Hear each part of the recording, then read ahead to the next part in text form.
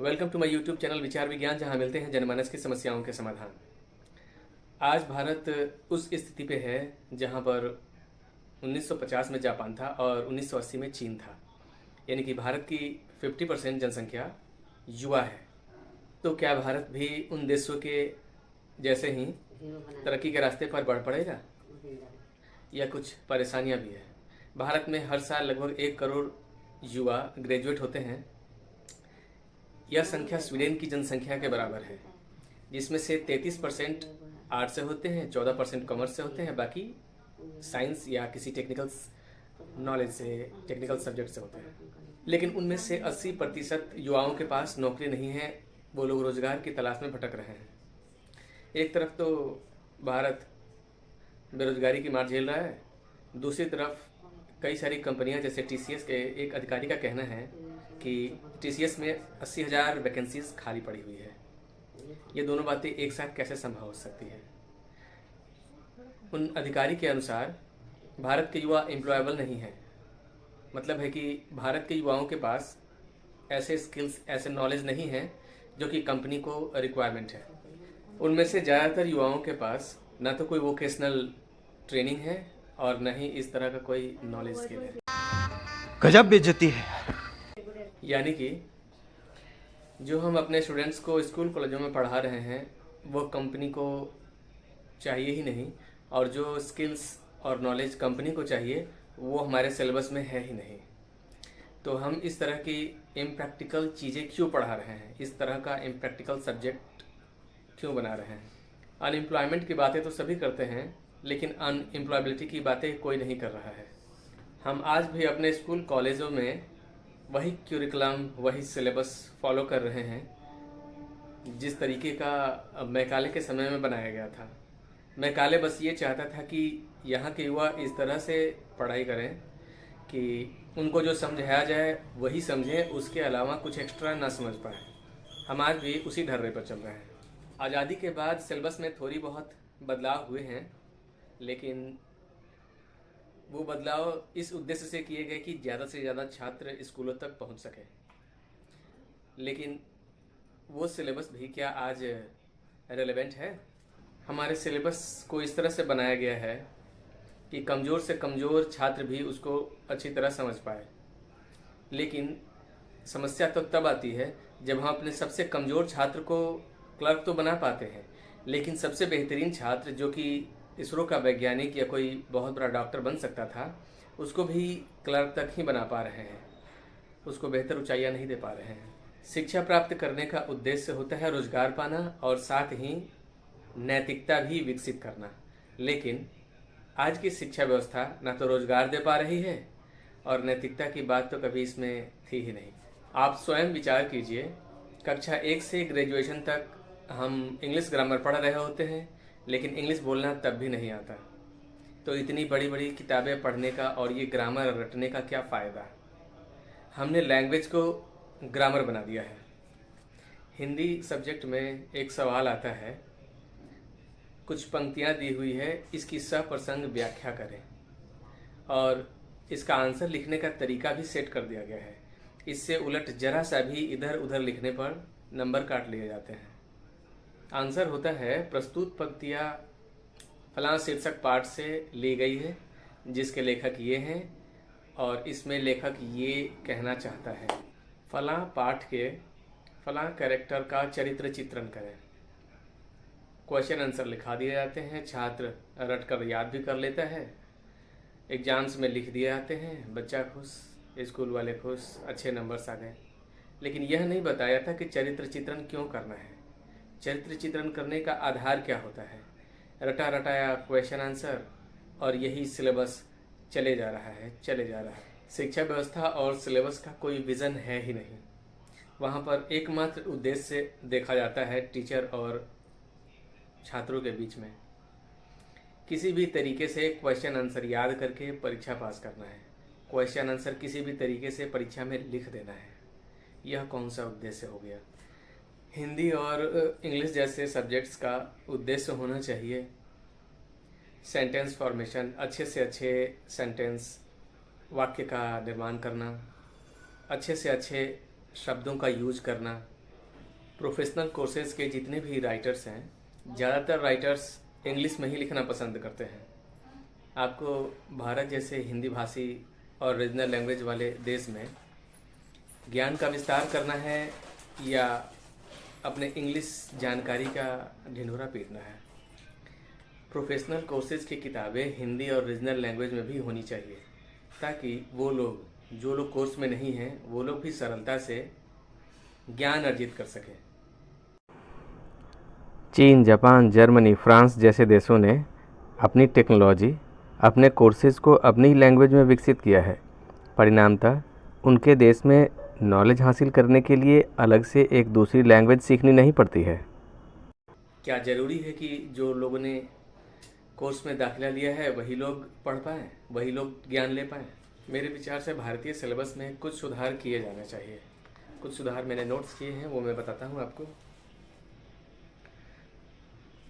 English पढ़ाने के लिए किसी मूवी या किसी घटना को हिंदी में लिखवाकर उसको इंग्लिश में कन्वर्ट करने की कोशिश की जानी चाहिए, और प्रत्येक स्टेप पे, प्रत्येक लाइन पे ये बताना चाहिए कि इस तरह के सेंटेंस की फॉर्मेशन कैसे होती है। उसके बाद छात्र को कोशिश करनी चाहिए उसको खुद से बोलने की। अगर इंग्लिश बोलेंगे नहीं तो इंग्लिश कभी आएगा ही नहीं, और बोलने के आधार पर ग्रामर के करेक्शन कराए जाएं। इससे ग्रामर के नियम भी काफ़ी जल्दी स्पष्ट हो जाएंगे। मैथमेटिक्स एक बहुत अच्छी और प्रैक्टिकल सी सब्जेक्ट है, लेकिन इसको एक तरह का बोझा बना दिया गया है। जिन छात्रों को भी मैथमेटिक्स में रुचि होती है वो ज़्यादातर समय मैथमेटिक्स बना रहे होते हैं। एक ही टॉपिक्स पर 100-150 सवाल किताबों में दे दिए जाते हैं। दिनों महीनों बीतते रहते हैं, मैथमेटिक्स की सिलेबस को ही कवर किया जाता है। और सिलेबस क्या कवर करना, लोग सिर्फ 75 तरह के सवाल बना रहे होते हैं उसमें, और अन्य किसी सब्जेक्ट्स पर ध्यान ही नहीं देते। मैथमेटिक्स के अलग अलग चैप्टर में आम जीवन से जुड़ी हुई समस्याओं से संबंधित सवाल डालने चाहिए। उसकी प्रैक्टिस होगी, उससे संबंधित कॉन्सेप्ट भी डेवलप होंगे। ऐसे ही कुछ कॉन्सेप्ट्स मैंने नोट किए हैं।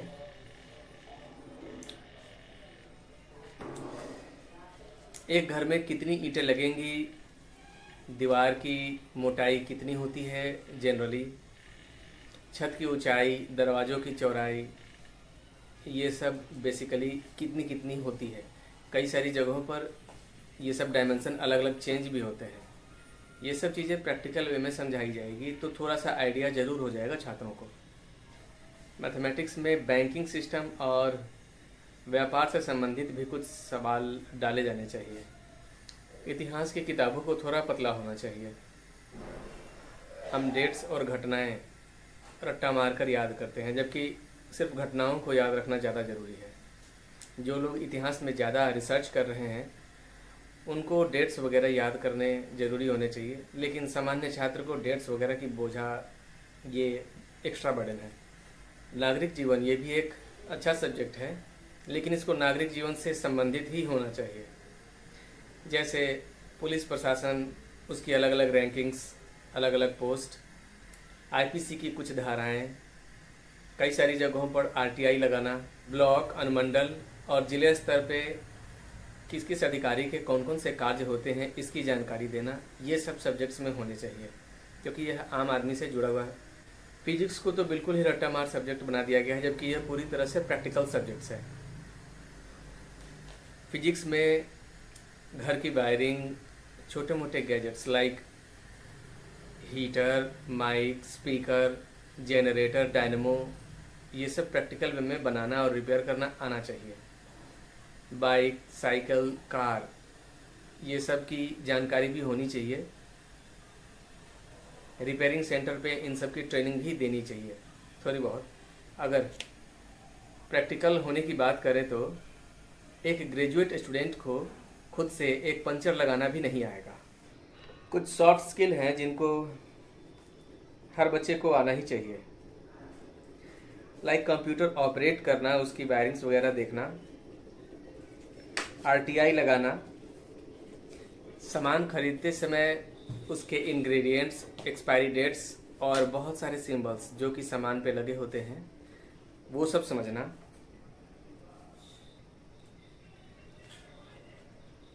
इलेक्ट्रिकल इक्विपमेंट्स की थोड़ी बहुत जानकारी होनी चाहिए, कोडिंग आने चाहिए, प्लम्बिंग, वायरिंग, वुडवर्क, बाइक और कार, ये जनरल मशीन जो घर के आसपास होते हैं, इन सब के बारे में प्रैक्टिकल वे में जानकारी होनी चाहिए थोड़ी बहुत। Lathe, grinder, drilling machine, welding, multimeter का यूज, सेल्स और मार्केटिंग, खिलौने बनाना, पेंटिंग, मिट्टी के कुछ सामान बनाना, होम डेकोरेटिंग, सिलाई, एनिमल हस्बेंड्री जैसे मछली पालन, गाय पालन, बकरी पालन, ये सब आना चाहिए, गार्डनिंग, फार्मिंग, ये सब भी आना चाहिए। ये सब वो स्किल्स हैं जो प्राप्त करने के बाद स्टूडेंट जब स्कूल या कॉलेजों से बाहर निकलेगा तो पार्ट टाइम जॉब्स के लिए इधर उधर की ठोकरें नहीं खाएगा। उसके दिमाग में थोड़ा सा आइडिया ज़रूर होगा कि वह किस सेक्टर में अभी वर्तमान में पैसे कमा सकता है, किस सेक्टर को वह बहुत ग्रोथ कर सकता है। वो सरकारी नौकरी के चक्कर में अपनी जवानी बर्बाद नहीं करेगा। सरकार को भी चाहिए कि अपना एग्ज़ाम पैटर्न चेंज करे। सरकार प्रसाद की तरह सर्टिफिकेट्स बांट रही है। हर साल वही कुछ गिने हुए सवाल बार बार रिपीट किए जाते हैं। छात्र कैसे भी करके 20-25 सवाल याद करते हैं और अच्छे नंबरों से पास हो जाते हैं। पास होने के बाद उनको अपने सब्जेक्ट की जानकारी तो होती नहीं है, लेकिन एक घमंड जरूर हो जाता है कि मैंने ये सर्टिफिकेट प्राप्त किया हुआ है। स्किल्स और नॉलेज के नाम पर उनको कुछ आता जाता है नहीं।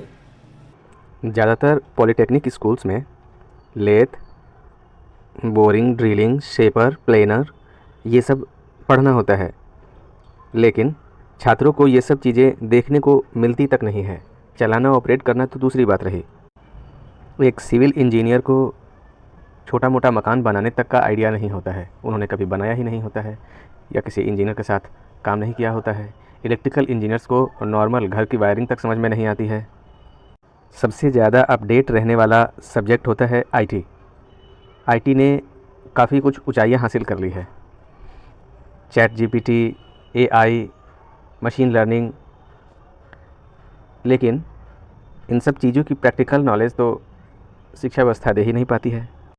ऑटोमोबाइल इंजीनियरिंग किया हुआ छात्र एक गाड़ी को रिपेयर करना तो दूर, अगर उनको खोल कर दे दिया जाए तो वो उसको फिर से असेंबल भी नहीं कर पाएंगे। एक सामान्य ग्रेजुएशन किया हुआ इंसान थाने में एप्लीकेशन लगाना तक नहीं जानता है। किसी ऑफिस में जाकर अधिकारी से कुछ बात करना हो या कोई कंप्लेन करना हो वो नहीं कर पाता है। आरटीआई लगाना नहीं जानता है।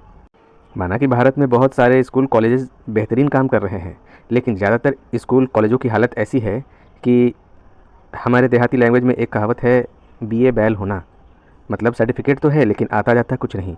और किसी तरह का काम उन्होंने कभी सीखा नहीं है।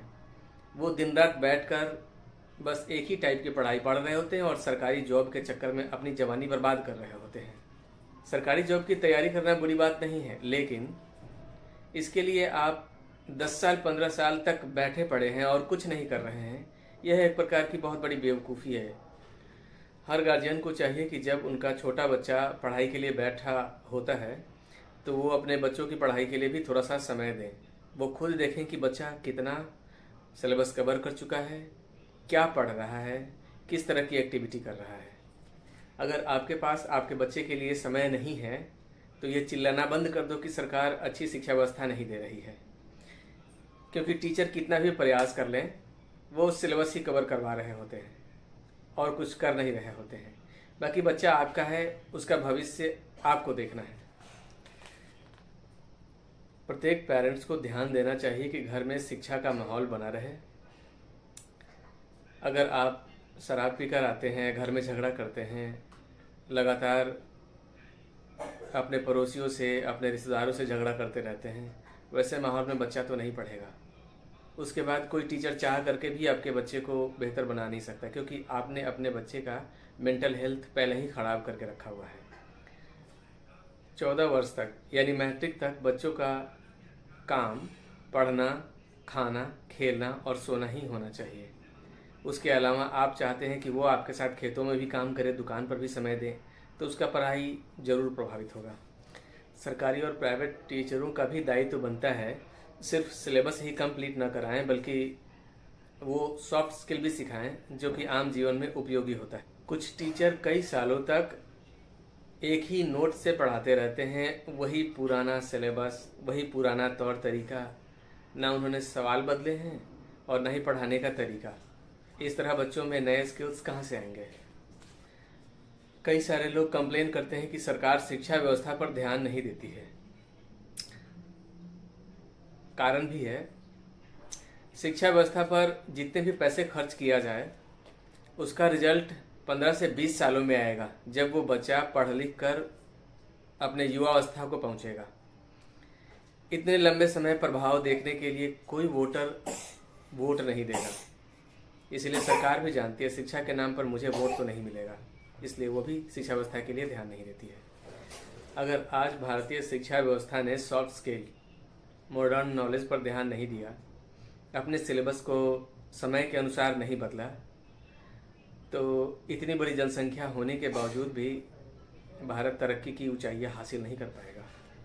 ज़्यादातर भारतीय युवा पैसों के लिए पढ़ते हैं, लेकिन उनके सिलेबस में पैसों की पढ़ाई है ही नहीं। यानी कि पैसों के लिए पढ़ते तो हैं, लेकिन पैसों के बारे में नहीं पढ़ते हैं। फिनंशियल नॉलेज, फिनंशियल फ्रीडम, इन सब की जानकारी होती ही नहीं है। एज ए गार्जियन, हर माता पिता का कर्तव्य है कि वो इन सारी बातों को समझे और अपने बच्चों के लिए सिलेबस खुद से तैयार करें। सरकार करेगी, कब करेगी पता नहीं, लेकिन अगर आपने अपने बच्चों पर ध्यान नहीं दिया तो आपका अपना नुकसान होगा। अगर आपको मेरी वीडियो अच्छी लगी हो तो मेरे चैनल को सब्सक्राइब कीजिए, वीडियो को लाइक कीजिए और अपने फ्रेंड्स और सगे संबंधियों को शेयर कीजिए। धन्यवाद।